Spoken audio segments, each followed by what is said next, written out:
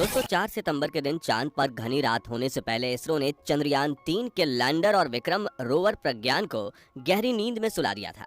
और ये उम्मीद दिखाई थी कि 22 सितंबर के दिन चंद्रमा के दक्षिणी ध्रुव पर जैसे ही सूर्योदय होगा तभी विक्रम और प्रज्ञान फिर से जाग सकते हैं। शुरू में ऐसी सिचुएशन बन गई थी और हमारे वैज्ञानिकों को कल तक के डेटा के अनुसार 100% विश्वास भी था, इसलिए हर भारतीय की नजर चंद्रयान 3 पर बनी हुई थी।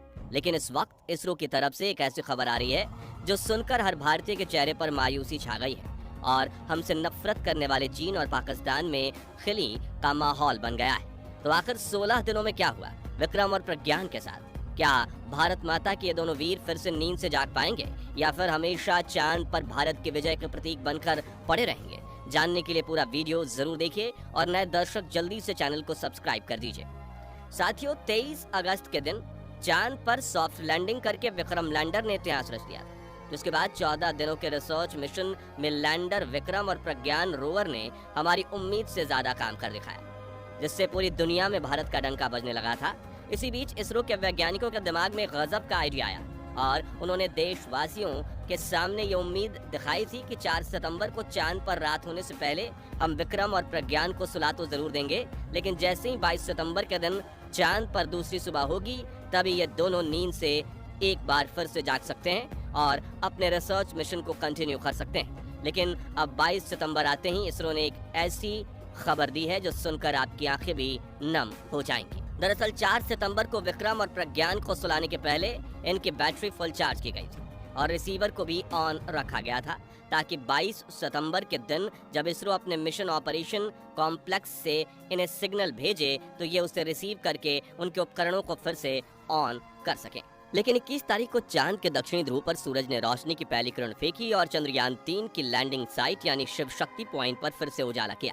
जिसके बाद इसरो ने कुछ घंटे इंतजार किया ताकि विक्रम और प्रज्ञान के सोलर पैनल्स काम करना शुरू कर दें और 22 सितंबर की सुबह इसरो की हेड ऑफिस से विक्रम को पहला सिग्नल भेजा गया, लेकिन विक्रम की तरफ से कोई रिप्लाई नहीं आया।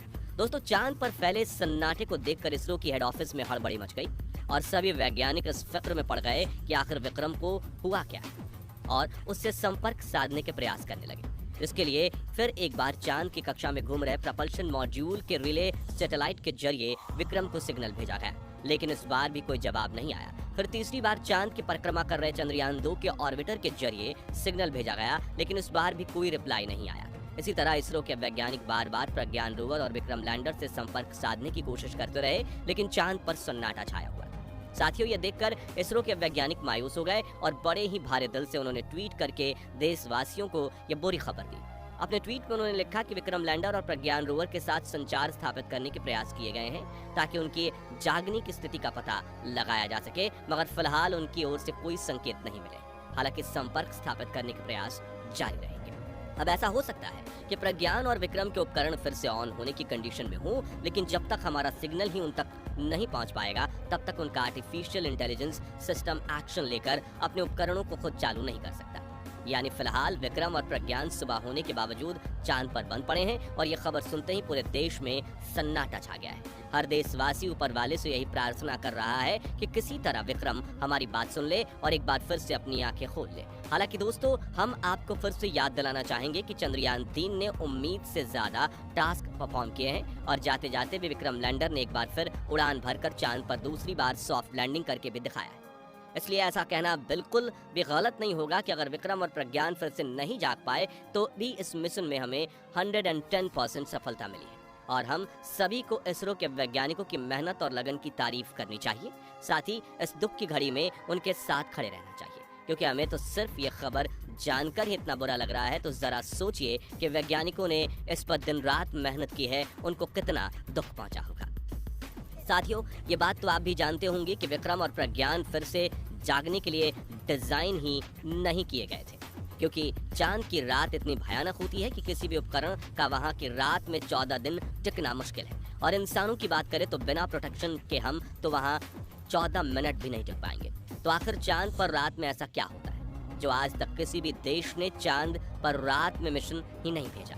और पिछले 14 दिनों में क्या हुआ था विक्रम और प्रज्ञान के साथ, आइए जानते हैं।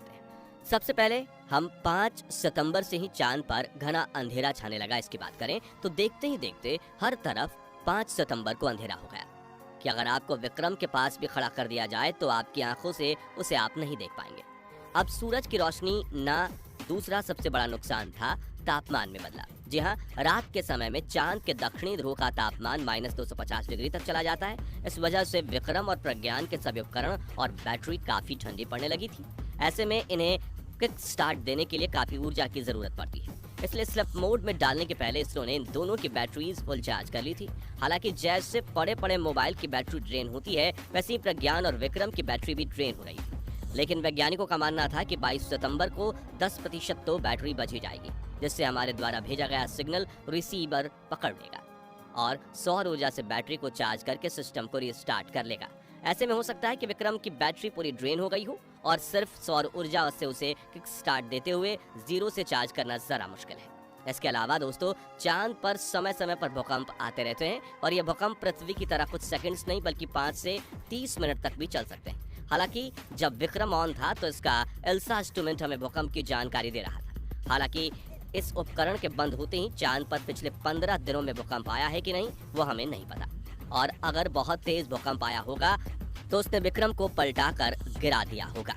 ऐसा भी हो सकता है, लेकिन ये सिर्फ एक तर्क है, सच्चाई किसी को नहीं पता। वही चांद पर उल्कापिंडों की बारिश भी होती रहती है। ऐसे में शिव शक्ति पॉइंट का सामना किसी उल्का से हुआ होगा तो भी विक्रम और प्रज्ञान को गहरी चोटें पहुंच सकती हैं। लेकिन दोस्तों, पिछले 17 दिनों में लैंडर और रोवर ने भूकंप, कपकपाती ठंड, उल्कापिंड, घना अंधेरा और ना जाने कितनी मुसीबतों का सामना किया होगा, मगर आखिर में चांद के किसी अनजान कहर ने इन्हें गहरी चोट पहुंचाई हो, ऐसा हो सकता है। या फिर ठंड का सामना करने के दौरान विक्रम और प्रज्ञान के सिस्टम में खराबी आ गई हो, ऐसा भी हो सकता है।